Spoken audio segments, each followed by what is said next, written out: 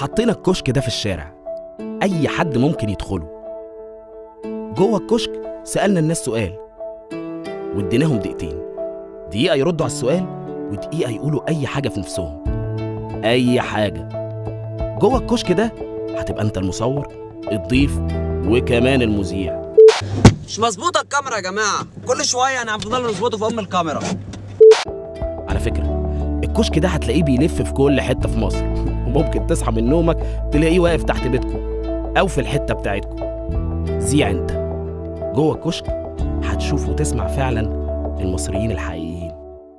ما قلنا لهمش يعملوا كده، بس هم عملوا كده. بيك رولز وبيك ستيكس، مش قرمشة على الفاضي. سؤال حلقة النهاردة: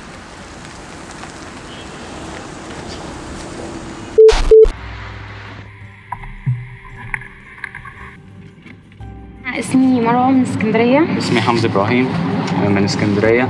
معكم مصطفى هشام، وزير الشباب والرياضة جديد.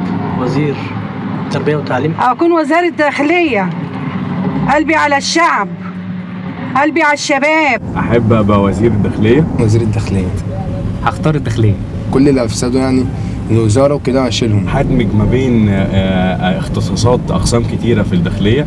أنا عايز أعمل حاجة واحدة بس، اللي هي أشيل القيادات بتوع أيام العدلي، أشيل القيادات وهسيب الداخلية تاني، يعني هسيبها هديها للمختصين. لأن أنا مثلا شايف إن ما يصحش أبدا إن مثلا تكون المباحث ماشية في الشارع وشايف الميكروباصات بتعمل اللي هي بتعمله ويعملوا نفسهم مش من هنا، أو إن المرور تبقى ماشية في الشارع شايفة معاكسات أو غيره من حاجات تانية من اختصاصات المباحث، بس برضه يعملوا نفسهم مش من هنا. قررت أنا مصطفى هشام إن هيبقى في مواد دراسية للرياضة مخصصة وهتخش في المجموع. أشوف ميول الطفل من ابتدائي، عايز رياضة، عايز علوم، عايز بيحب يفكك أجهزة. وإن دايما في مصر الرياضة مش منتشرة والناس بتستخف بيها، وحصص الألعاب دايما تتاخد في مدرسين تانيين ياخدوها. أبقى وزير الإعلام، مش هخلي أي حد يخش الإعلام بسهولة. أبقى وزير إسكان. والتمليك يتشال، الإيجارات الجديدة تتشال، المعاشات تزيد، عايزين نعيشه، مش هنعيش أكتر ما عشنا. فرص للشباب إن أنت تعمل إسكان للشباب جديدة، ومثلا تديها له مع بداية الشغل، وتبدأ تخصم ثمن الشقق مثلا أو حاجة من المرتب. يعني هاخد بعد كده في الإعدادي أبتدي أخصصه حسب ميوله، رسام، دكتور، مهندس، استشاري، ده أيا كان المسمى الوظيفي. مثلا 10% من المرتب بيتخصم كده اوتوماتيك من المرتب بتاعه، مثلا بحيث ان هو يسدد ثمن الشقه اللي هو اخدها وبتبقى ملكه. طيب بفكر ان انا امسك الوزاره كلها، رئاسه الوزاره. هحط قوانين ان انا هيبقى في زي قانون لو حد ماشي اللي عنده كرش هيتاخد عليه غرامه. بس ده لازم يبقى حق لاي شاب في مصر، ان هو لازم يبقى له ملك في الدوله، لازم يبقى له اي حاجه. والغرامه هتتاخد على حجم الكرش، يعني كبر الكرش، لو الكرش 10 كيلو قدام تبقى الغرامه اكبر وهكذا. احب ابقى وزيره التربيه والتعليم. بحب ان ابقى وزير الصحه. حط ستاندرد عاليه للمنهج اللي هيتدرس من افقر طبقه في مصر لاحسن طبقه في مصر. الشباب كلها الحمد لله صحتها رايحه في داهيه، ولو اتفرجنا على اي ماتش كوره لينا بنلعب اي فرقه في العالم سواء في جنوب افريقيا بنبقى كواحيل واحنا بنجري جنبهم الحمد لله. دلوقتي بقى قول اللي في نفسك. هذا البرنامج برعاية بيك رولز وبيك ستيكس. بعرف أقول شعر على قدي كده، موهبة بسيطة يعني. معبر رفع، واحد اسمه محمود أحمد محمد أبو خوصة. بلادنا حرة وشهادنا حرة، زي شهداء فلسطين وزي محمد الضرة. أوراقه سليمة، نازل مصر يعمل علاج. من الموهبات اللي عندي برضه موهبات الكورة، الشعر زي ما قلت، والغنى والفوتبول فري ستايل اللي أنا بلعبه هي تعتبر رياضة ثانية غير الكورة تماما. الاثنين رياضتين بالرجل، بس الفرق بين كرة القدم وبين الفري ستايل زي الفرق بين كرة الباسكت وكرة اليد. صعب الموقف عليك وامال انا هعمل ايه؟ عامل مكتوب علي، مكتوب اشوف بعيني. غني يا جوجو معايا. غني يا سار بتحب تغني عامة بس مكتوب علي. انا اسمي محمد الجرحي، عندي شركة نقل.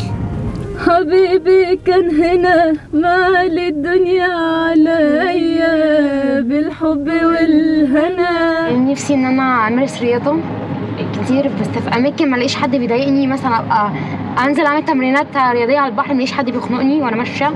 يجي عند الحدود يقولوا له ادفع $250 للعساكر عشان نعديه. انا عندي في الشغل نظام اسمه نظام المكافئات، 10,000 20,000 30,000 انت وحظك. على قد ما حضرتك تدي هدايا وتعمل يعني تبقى مبخراتي حضرتك وتمسح كوخ بدون انتاج، على قد ما انت تاخد مكافئات. عهد مبارك راح، احنا في عهد جديد، بطلوا الرشوه يا معبر الرفح. ودايما في ناس سلبيه يخش يقول لك انت ما بتعرفش تلعب كوره، انت ايش عرفك؟ اصل دي رياضه ثانيه.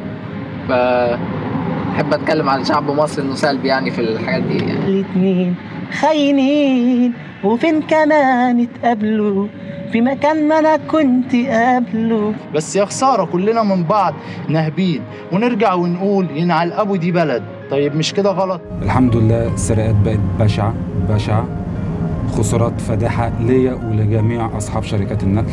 انت ممكن تحكي لنا عن موضوع اخوك طيب اللي هو قاعد في السجن، وكان المفروض اللي هو كل الدلالات بتبرئه وبتقوله اللي هو بريء. الناس غلابه، فلسطينيين غلابه، ده فلسطيني اوراقه سليمه.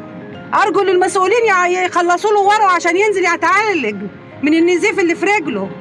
كل ده عشان في ظلم، مفيش عدل ومفيش خير في البلد. هو لو في خير وفي عدل ما كانش حصل كده. بقول رساله لاي حد انا زعلته ما تزعلش مني، يعني كل حاجه بتتصلح وكده، هي عارفه نفسها، يعني انا بصالحها وهي عارفه نفسها يمين. وحاجه تانية بحب اقولها، انا وريم لسه مخطوبين امبارح، واحب اقول لها ان انا بحبها ويا دي عسل. دي اسكندراني. ما قلنا لهمش يعملوا كده بس هم عملوا كده. بيك رولز وبيك ستيكس مش قرمشه على الفاضي. انا طبعا حضرت كشك في القاهره، بس اول ما عرفت انه ده في الاسكندريه جيت.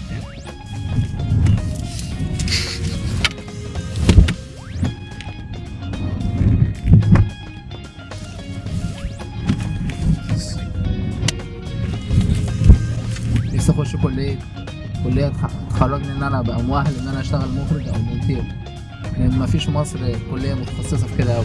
اي نعم انا لسه في بدايه الموضوع، بس انا بعرف اغني.